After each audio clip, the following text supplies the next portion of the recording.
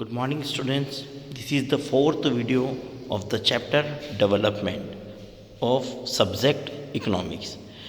अभी तक पिछले 3 वीडियो हमने इस डेवलपमेंट चैप्टर के देखे हैं और बहुत सारे टॉपिक्स को हमने समझा। मुझे उम्मीद है आप लोगों को अच्छी तरह से समझ में आया होगा।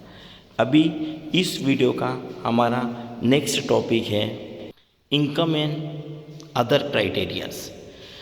हमने अभी तक ये समझा कि एक नेशनल डेवलपमेंट के लिए इनकम का इम्पोर्टेंट रोल बताया।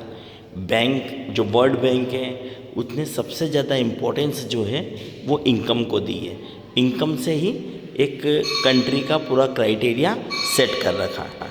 कुछ अदर क्राइटेरियाज भी हैं जिनके द्वारा हम ये समझ सकते हैं कि कंट्री के डेवलपमेंट में कितना इम्पोर्टेंट रोल प्ले है। कंट्री के पास पैसा बहुत है लेकिन जो स्पेशल फैसिलिटीज़ हैं पब्लिक के पास अवेलेबल नहीं है, तो कंट्री को डेवलप्ड कहना बहुत मुश्किल हो जाएगा। तो वो क्राइटेरिया कौन कौन से हैं उन पे अपन बात कर लेते हैं। ये एक कंपैरेटिव डाटा है एक सर्वे का जिसमें 3 स्टेट को लिया है। आप इसको देखें अच्छी तरह से, हरियाणा, केरला और बिहार। यहाँ पे कंपैरिजन चलेंगे। 4 टॉपिक पे डिस्कशन होगा। इन्फेंट मैटरनिटी रेट पर 1000 लाइव बर्थ। इन्फेंट का मतलब होता है कि वो बच्चे जिनका जन्म हुआ है या 0 से 1 साल के बीच के हैं, और मॉर्टेलिटी का मतलब हो जाता है कि डेथ, मतलब कि 0 से 1 साल के बीच के जो बच्चे हैं जिनकी डेथ हो जाती है, ठीक है, और वो भी कंपैरिजन हुआ 1000 में। तो देखो हरियाणा के अंदर 33 बच्चे ऐसे हैं, 1000 में 33 बच्चे ऐसे हैं जिनकी बर्थ होने के 1 साल के बीच में डेथ हो गई है। केरला में 10 बच्चे ऐसे हैं, 1000 में से 10 बच्चे ऐसे हैं जिनका जन्म होने के 1 साल के बीच में डेथ हो गई। और तीसरा है बिहार। बिहार के अंदर 38 चिल्ड्रेन ऐसे हैं जिनकी डेथ हो चुकी है, वो 0 से 1 साल के बीच में। तो यहाँ पे कंपैरिजन बताया कि ऐसे बच्चे जिनका जन्म हुआ और 1 साल के बीच में जिनकी डेथ हो गई।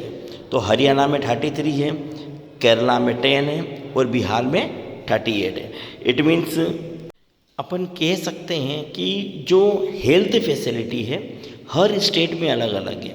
हरियाणा में कमज़ोर हेल्थ फैसिलिटी है, वहाँ पे बच्चों की डेथ ज़्यादा होती है।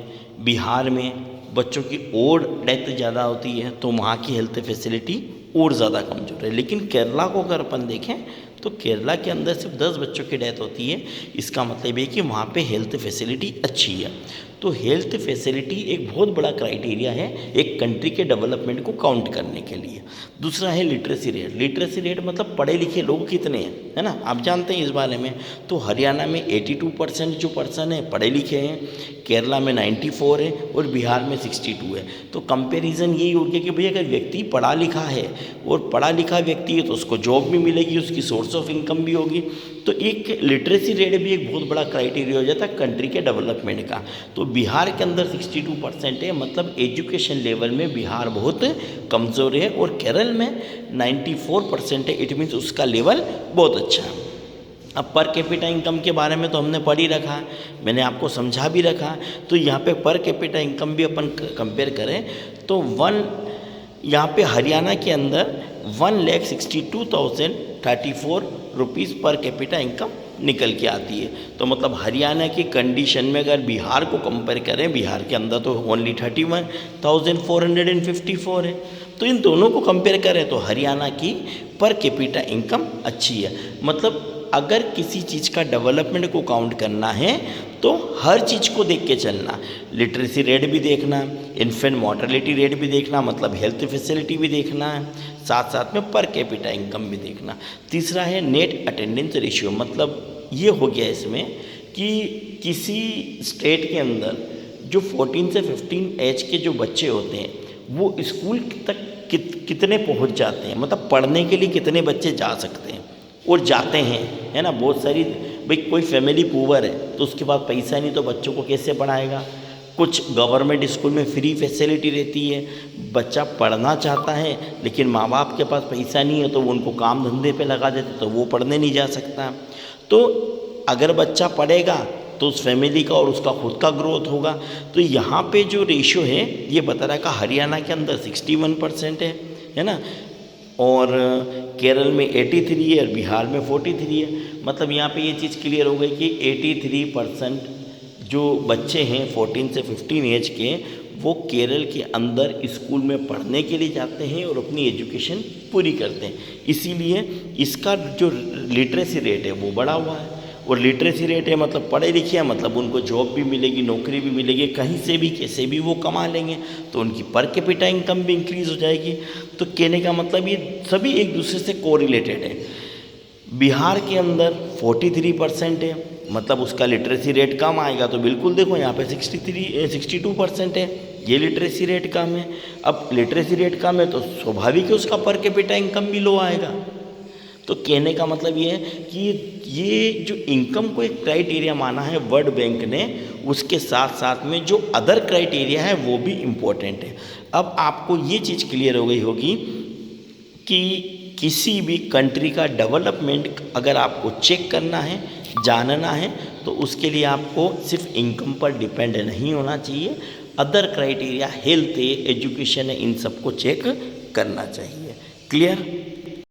अब देखो हमने जो पिछले टेबल में देखा उससे हमें ये चीज़ क्लियर हो गई है कि सिर्फ इनकम ही एक डेवलपमेंट का क्राइटेरिया नहीं है। डेवलपमेंट के क्राइटेरिया के अंदर हेल्थ है और एजुकेशन भी इम्पोर्टेंट रोल प्ले करते हैं। क्लियर हो गया ना आप लोगों को? हमने केरल, बिहार है, यूपी है, उत्तर प्रदेश, इन सबको कंपैरिजन करें तो यहाँ पे हर प्रकार का अलग अलग पर कैपिटा इनकम और लिटरेसी रेट है, हेल्थ फैसिलिटी है, इसके बारे में पता चलेगा। All the data given in the past few slide show us just per capita income is not a useful major to determine development of A reason. किसी भी स्टेट का डेवलपमेंट का जो क्राइटेरिया पर कैपिटा इनकम को हम नहीं मान सकते हैं। In assessing development of any state or a nation, all other factors should be given equal contribution या consideration। मतलब किसी भी स्टेट का डेवलपमेंट, किसी भी कंट्री का डेवलपमेंट सिर्फ इनकम पर डिपेंड नहीं होता, उसके साथ साथ में वहाँ की स्कूल यानी कि हेल्थ फैसिलिटी और साथ साथ में एजुकेशन फैसिलिटी भी ज़रूरी होती है। क्लियर है ना? अगला टॉपिक है हमारा पब्लिक फैसिलिटीज़। पब्लिक के लिए क्या क्या फैसिलिटीज़ होना चाहिए। देखो किसी भी कंट्री का डेवलपमेंट तब होगा जब पब्लिक को फैसिलिटीज़ मिलेगी, और पब्लिक को फैसिलिटीज़ गवर्नमेंट ही प्रोवाइड कर सकती है। एक कंट्री के अंदर रिच और पुअर दोनों तरह के व्यक्ति होते हैं, लेकिन गवर्नमेंट फैसिलिटी दोनों के लिए इम्पोर्टेंट रोल है। एक व्यक्ति अगर रिच फैमिली का है तो एरोप्लेन से आना जाना कर देगा, आई एक्सेप्ट इट, मान सकता हूँ, पैसा है तो आना जाना कर देगा, लेकिन वो मेट्रो ट्रेन खुद के लिए नहीं खरीद सकता। मेट्रो ट्रेन की फैसिलिटी तो गवर्नमेंट ही प्रोवाइड करेगी। साथ साथ में वो खुद का बैंक भी नहीं डाल सकता अपने खुद के काम के लिए। तो ये पब्लिक फैसिलिटी एक ऐसा फैक्टर है जिसके अंदर बहुत सारी फैसिलिटी हमको मिलना चाहिए। तो यहाँ पे हम इस टॉपिक को स्टार्ट करते हैं, पब्लिक फैसिलिटीज़। अब यहाँ पे देखो एक एग्जांपल हमको दे रखा, public facilities are those basic facilities which are providing to all citizen by the government for their well being and overall development. देखो पब्लिक फैसिलिटी का मतलब वो सारी बेसिक फैसिलिटीज़ होती है जो एक गवर्नमेंट अपने सिटीजन्स को, अपनी कंट्री के सारे सिटीजन्स को मतलब नागरिक को प्रोवाइड करती है उनके डेवलपमेंट के लिए, उनके वेलफेयर के लिए। उसके अंदर क्या क्या इंक्लूड है मैंने आपको अभी बताया, एजुकेशन है, हेल्थ है, सिक्योरिटी होना चाहिए, ट्रांसपोर्टेशन होना चाहिए, फूड्स होना चाहिए। भाई एक भारत एक अमीर देश है लेकिन लोगों को खाना ही नहीं मिल रहे हैं, तो काय का डेवलपमेंट? तो डेवलपमेंट के लिए ये सारी चीज़ें होना ज़रूरी है। तो यहाँ पे इस पॉइंट से भी हमको क्लियर होता है, income is not only one factor for the development but other criteria are also include. Why do we need public facilities? अब दूसरी बात आती है कि भाई पब्लिक फैसिलिटीज़ हमें क्यों ज़रूरी है, तो इसके लिए 4 पॉइंट दिए हैं, 4 पॉइंट समझाए हैं। All citizens are not equal in a nation. Some are capable to afford basic facilities but some are not. एक कंट्री के अंदर जितनी भी सिटीज़न हैं वो सब एक जैसे इक्वल नहीं होते, सबको अलग अलग फैसिलिटीज़ रहती है, कुछ रीच है तो कुछ पुअर है, तो सबको इक्वल फैसिलिटीज़ मिले, इसीलिए हमको पब्लिक फैसिलिटी की ज़रूरत होती है। Even if a person has income to suffice his needs sometime they too cannot be afford certain facilities. देखो मैंने अभी हाल आपको समझाया कि कुछ सिटीज़न ऐसे हैं जिनके पास बहुत पैसा है लेकिन वो मेट्रो ट्रेन या रेलवे को तो चला नहीं सकते खुद के लिए, अब वो कौन चलाएगा, गवर्नमेंट चलाएगी, इसलिए पब्लिक फैसिलिटीज़ की हमको ज़रूरत है। Without them the nation can suffer from इनएडिक्वेट health care, poor nutrition, job, education, health. Means public facility के बिना हमारा हेल्थ केयर सिस्टम डेवलप नहीं हो सकता। एक व्यक्ति के पास पैसा खुद का हेल्थ डेवलप कर लेगा, लेकिन पुअर फैमिली वाला पर्सन क्या करेगा, उसके लिए तो पब्लिक फैसिलिटी ज़रूरी है ना। कोरोना काल देख लो, कितना भी पैसा था, लखपति व्यक्ति, करोड़पति व्यक्ति जाना गवर्नमेंट के पास ही चला पड़ा, गवर्नमेंट ने ही उसका ट्रीटमेंट करा। मतलब ये है कि पब्लिक फैसिलिटी इम्पोर्टेंट पार्ट है, ठीक है। ऐसा ही एक न्यूट्रिशन के लिए, जॉब के लिए, एजुकेशन के लिए, अच्छी एजुकेशन की फैसिलिटी कौन प्रोवाइड करेगी, गवर्नमेंट करेगी, ठीक है। खुद के कॉलेज बना के खुद पढ़ लो तो थोड़ी होगा, वहाँ की उसकी डिग्री होती है, उसकी रेपुटेशन होती है, उसकी गुडविल होती है, इन सब चीज़ों को ध्यान रखते हैं। Moreover for many of the important things in the life the best way also the cheapest way is to provide these goods and service collectively। यहाँ पे एक बात समझ में आ गई है, हम एक एग्जांपल से समझ लेते हैं कि जैसे एक पुलिस फोर्स है, पुलिस फोर्स क्या है, हम सबकी हेल्थ के लिए, हमारी सबकी सिक्योरिटी के लिए। अब पता चले कि मुझे सिक्योरिटी की ज़रूरत है तो एक पुलिस पर्सन मैंने मेरे लिए रख लिया, मेरी फैमिली के दूसरे मेंबर के लिए रख लिया, तीसरे मेंबर के लिए रख लिया, तो भाई ये तो बहुत महंगा हो जाएगा। लेकिन अगर पूरी सिटी के लिए एक पुलिस स्टेशन होगा तो पूरी सिटी सिक्योर हो जाएगी। हेल्थ के लिए अच्छा हॉस्पिटल पूरी सिटी के लिए होगा तो एक अच्छी फैसिलिटी प्रोवाइड हो जाएगी। एक कॉलोनी है, कॉलोनी में हम हमारी एक वॉचमैन रखते हैं या एक गार्ड रखते हैं, वो पूरी कॉलोनी को गार्ड करता है, तो कम पैसे में सबका सिक्योरिटी मोड हो जाएगा।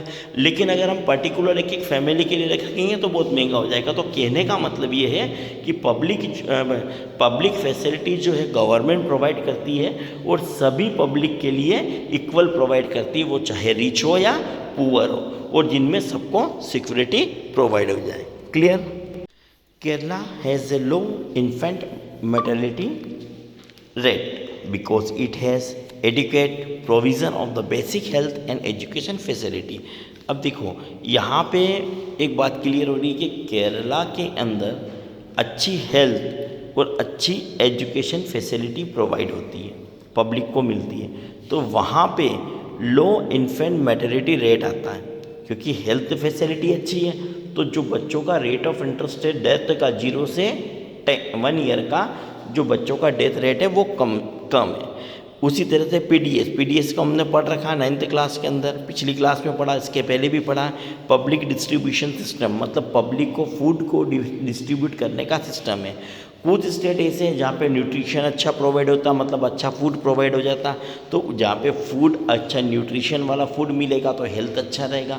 अगर हेल्थ अच्छी रहेगी तो बच्चे स्कूल जाएंगे, एजुकेशन मिलेगी, एजुकेटेड हो जाएंगे तो वो पर कैपिटा इनकम बनाएंगे, और पर कैपिटा इनकम बढ़ेगी तो कंट्री का डेवलपमेंट होगा। तो कहने का मतलब ये है कि ये सिर्फ इनकम ही एक क्राइटेरिया नहीं है, इनकम के साथ साथ में अदर जो फैसिलिटीज़ हैं, हेल्थ है, एजुकेशन है, देन ट्रांसपोर्टेशन से, इन सभी चीज़ का इम्पोर्टेंस है। क्लियर?